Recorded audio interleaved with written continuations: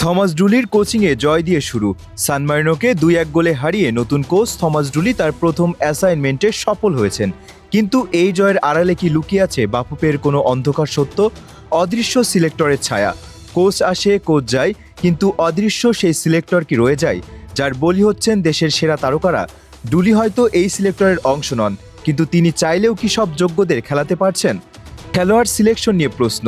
মাঠে নিয়মিত ভুল করা মিতুল মার্মা, সোহেল রানা কিংবা সাদউদ্দিনরা যখন নিয়মিত সুযোগ পান, তখন আনিসুর রহমান জিকোর মতো পরীক্ষিত তারকাদের পুরো ম্যাচ বসে থাকতে হয় ডাগ আউটে। সমর্থকদের মনে প্রশ্ন জাগে, সিলেকশনের যোগ্যতার মূল্য কোথায়? পারফরমেন্স নয়, অন্য কোনো প্রভাব কি কাজ করছে? জাতীয় দলে সুযোগ পাওয়ার জন্য কি শুধুই ভালো খেললেই যথেষ্ট, নাকি পর্দার আড়ালে অন্য কোনো সমীকরণ রয়েছে? সমর্থকদের দাবি, বাংলাদেশ ফুটবলের উন্নতির জন্য স্বচ্ছতা জরুরি। সমর্থকদের দাবি, যোগ্যতার ভিত্তিতেই খেলোয়াড় নির্বাচন হোক, কারণ দেশের জার্সিতে খেলবে সেরারাই, এটাই সবার প্রত্যাশা। সমস্যার গভীরে তাকালে দেখা যায়, সাবেক কোচ হাবিয়ের কাবরেরার প্যানেলের সহকারী কোচ হাসান আল মামুন এখনও জাতীয় দলের সহকারী কোচের দায়িত্বে বহাল আছেন। প্রশ্ন উঠছে, নতুন কোচ ডুলি এসেও কি তবে কাবরেরার আমলের সেই পুরনো সিন্ডিকেটের অদৃশ্য সুতো ছিঁড়তে পারছে না? জয় দিয়ে ডুলি যুগের সূচনা হলেও স্কট সিলেকশনের এই অদৃশ্য দেয়াল ভাঙ্গাই এখন তার সবচেয়ে বড় চ্যালেঞ্জ।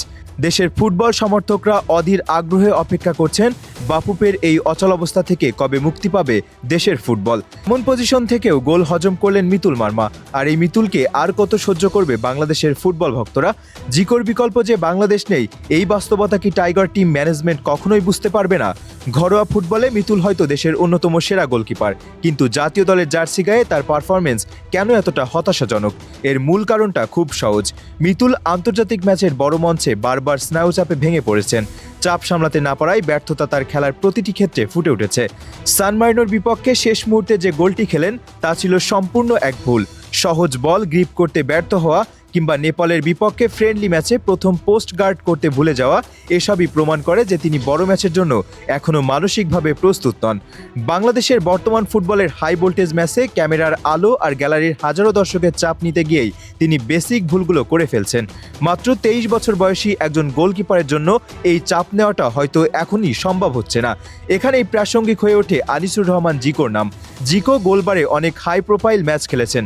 চাপের মুখে কিভাবে শান্ত থাকতে হয় এবং নার্ভ ধরে রাখতে হয় তা তিনি ভালোভাবেই জানেন। এই খাঁটি বাস্তবতা কেন ম্যানেজমেন্ট এড়িয়ে যাচ্ছে? বাস্তবতা না বোঝার মাসুল দিতে হচ্ছে মিতুলকে। ভক্তদের ট্রোল তার ক্যারিয়ারকে মানসিকভাবে ক্ষতিগ্রস্ত করছে। আগামী দিনের এই গোলকিপার যে বাংলাদেশ ফুটবলের ভবিষ্যৎ, তাতে কোনো সন্দেহ নেই, কিন্তু অকালেই তাকে জাতীয় দলে এনে তার ভবিষ্যৎ নষ্ট করা হচ্ছে কি?